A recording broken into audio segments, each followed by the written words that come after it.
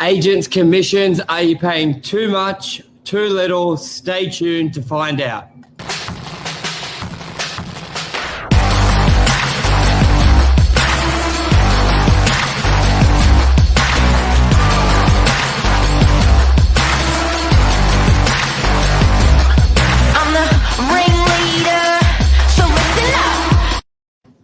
Well, good morning, everyone. Morning Minutes. Myself, Michael Bergio, Mark Novak, talking about agents' commissions, the unspoken topic until a client asks at the very end of the sales presentation, the agent sort of goes, oh, I pay this, da, da, da. But I think it's a very important topic to bring some light for everyone, really, because it isn't, like it's almost like it's not a very well talked about topic. And I think that's detrimental to agents because people don't sort of get they don't know what they're paying for. And when you don't know, you don't value it. And when you don't value it, you don't get the higher commission. They may not be picking the right agent. So, Mark, commission, hot topic. Yeah, it's an awkward topic, when you're building up a rapport with particularly a new client, even an old client. It's an awkward topic of how much do I pay you, Mr. Real Estate Agent? Can I pay you less, Mr. Real Estate Agent? Mr. Real Estate is saying, can you pay me more? So I guess if we can just run this show on arming people with information to make the balanced decision. It may, after watching the show, you may think, I'm going to pay my agent more, or you may think, oh God, I'm getting ripped. So it's a big topic because, there's a lot of transactions happening in the country, and they're all being clipped by real estate agents. And how much are you going to pay that agent? Big question. It is, because I believe clients look at agents' commission as an expense, not an investment. And when you start looking at it as an investment, you're looking for value, and then that can help you pick the right agent to get you the highest price for your property. I think a big thing to remember is a sales commission is only paid when you've achieved the result you're happy with. A success fee. We're basically the only industry that does all the work and gets paid at the end or not get paid. So that's a big thing to remember as well. The commission is almost irrelevant if you don't get the price you're happy with. So factor that in when you're making your decision and looking at it. Mark, what are some key things? Well, imagine a car repairer at the end, or imagine a carpenter at their end saying, look, when I finish the job, you can then decide how much you want to pay me, or if you want to, it's performance based in sales. It's performance based in property management. Good morning, Jeff. I'd love to know if there's people out there, real estate agents or clients, what have you paid your real estate agent out of interest, or what do you expect as a real estate agent to be paid out of interest?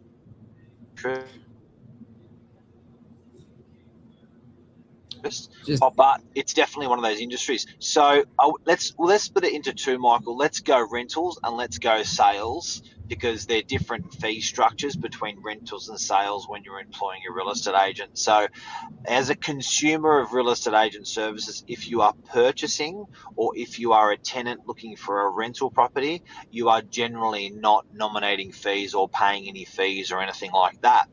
But if you're a person selling property, you own it and you're selling it, or you own it and you're renting it, then there'll be a fee negotiation between you and your agent, which is not set, is it?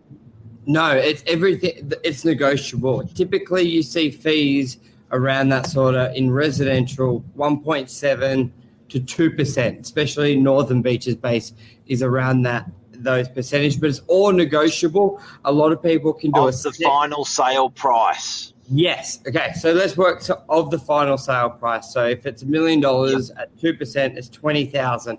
Another key thing to remember is when do you get paid that?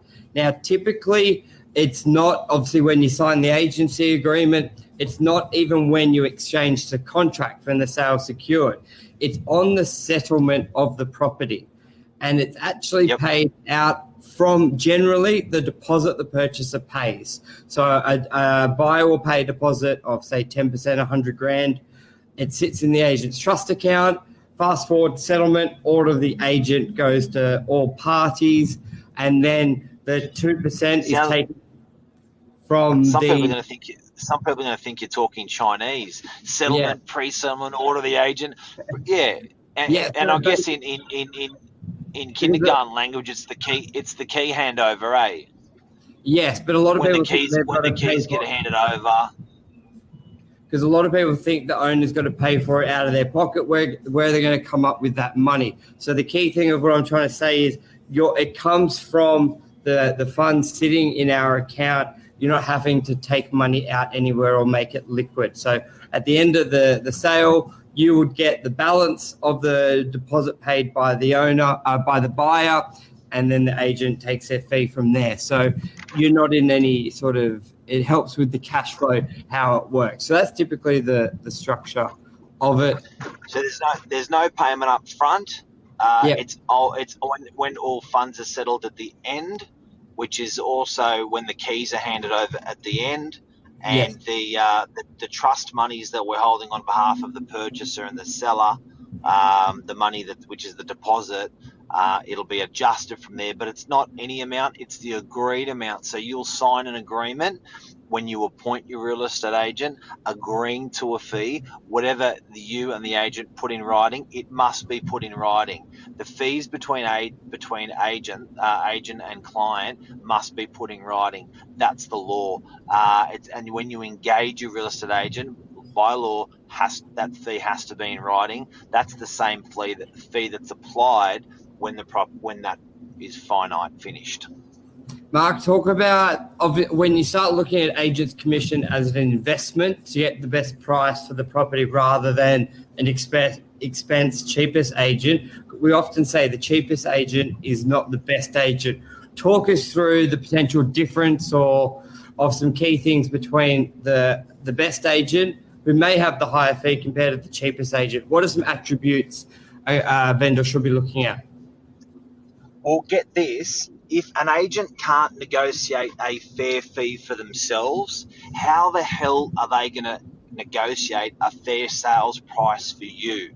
So if these cats are a bad negotiator with you at negotiating their fee, they're going to be a shocker negotiator when they're negotiating your price.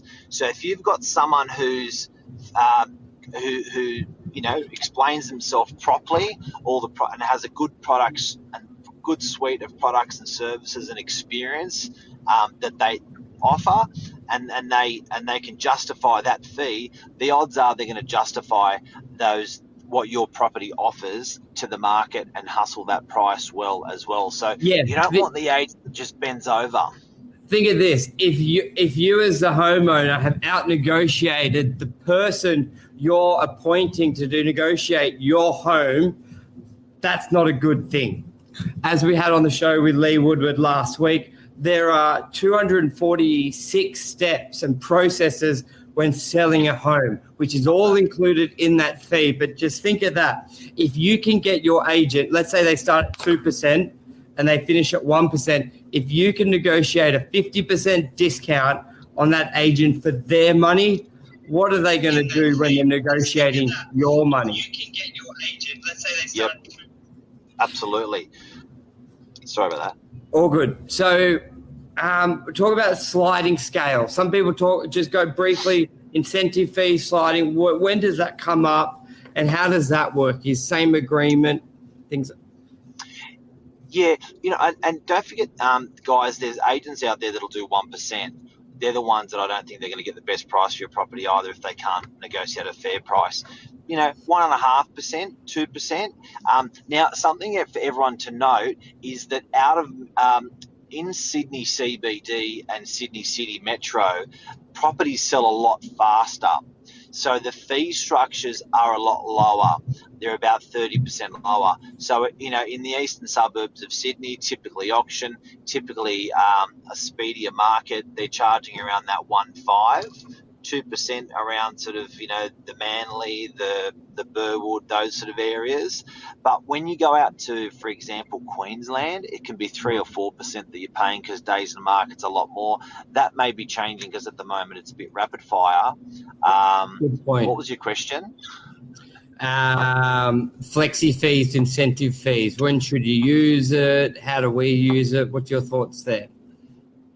Yeah, so we do a thing called a flexi fee with some clients. So we'll say to them, look, our fee structure is 1.69 to 2.2%, but you choose when the property is sold, exchange, done, you nominate the fee you wish to pay within that range. It's been fabulously successful because we always get we always get great prices for property, good prices for property, but either way, the client knows how hard we worked, and then they go, yeah, we're going to pay you on the upper end of the scale because you guys just went off, you guys worked so damn hard.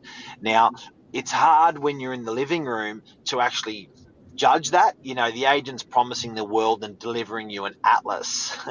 So, are they going to deliver you an atlas, or are they going to promise the world and deliver the world? A flexi fee is a good way to get around that if you have those doubts as a seller.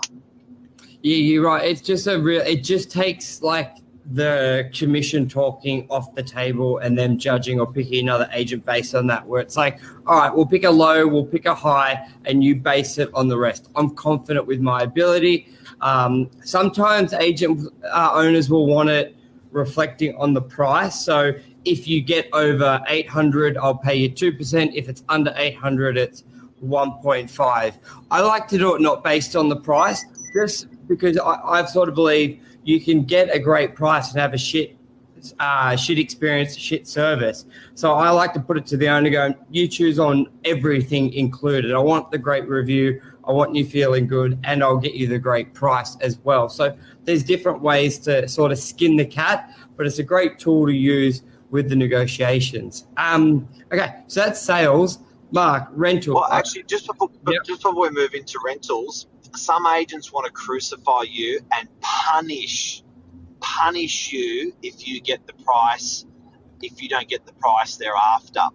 Example, you'll go in saying, look, I love our incentive structure for our team to sell your property, it's 2%. And that's where we're at. The owner goes, yeah, look, that's fine. But if I'm thinking so we've put on the property 1.8 to 2. And the client goes, look, I actually think it's a $2.2 million property. Now, if you get less than $2 million, I'm going to pay you, I'm going to run you over the coals and pay you half of what you want. But if you get over that too, then I'm going to pay you a little bit more. Now, the problem with that, it's actually not an incentive. It's a disincentive for the real estate agent to do business with, because it's almost like your job is not a valuer. You're not a bank valuer. You're not walking into the room guaranteeing pricing. That is a bank valuer's job. They get paid for that. They do it for banks. They do it for solicitors. They do it for people that want valuations. They're much more conservative. So I think people get a bit confused that when they're employing our services, our job is to get the highest price in the shortest possible time. And we'll get paid if you're happy with the price. We won't get paid if you're not happy with the price. So I think people have got to keep that firm in their mind, that the real estate agent you're coming across is not a bank valuer. They are there to show you what they are going to do to get the highest price in the marketplace with their product, services, and experience. So trying to leverage a commission against that and penalising the real estate agent, probably not the smartest thing. You may want to penalise a bank value, but not a real estate agent. Let's talk about rentals. Just before, I want another little mindset thing, and just remember this, guys. If you go to if you think you win by having an agent securing a 1% fee. Let's say that agent's got two properties, very similar. One vendor is paying them 2%. If it sells, one's paying them 1%. Look at human nature. Where do you think that agent's going to lean to? So that's where you can always catch out a lot of agents if they're doing the cheaper fee, because they're doing the lower price for a reason. But if they were a successful agent, you're doing yourself more harm. You almost want the even playing field so it doesn't come up. But if it's a $2 million property and one's a 10 grand fee and one's a 20 grand fee, there's human nature there. Maybe do rentals another day because that's already 15 I minutes. reckon I was about to say that. And one other thing, marketing. Yeah. The more tools you give the real estate agent, the lower fee they'll be able to do for you. So if you're folding your arms and saying to the agent, bring me one buyer, and that's it, the probability of sale for the investment of time of the agent is less. They will charge you more on fees. If you are saying to the agent, I will invest in furnishing the property, I will invest in realestate.com.au, domain.com.au, signboard, brochures, professional photography, drone photography, I'll invest $10,000 to give you more tools to have higher probability in the sale of the property. You're going to get the fee less out of the real estate agent. So if you want to get your fee down from your real estate agent, give them the tools and market your property harder, and that'll help you get the fee down. Yeah. So I hope that helped everyone with a bit of insights, a bit of how the commission system works, agents' mentality with commissions, and some little tips there. So thank you everyone for watching. We'll be back tomorrow morning. Giddy up. Thanks, guys. Cheers. Bye. See you, everyone. Love you. See you. Bye. Merry Christmas.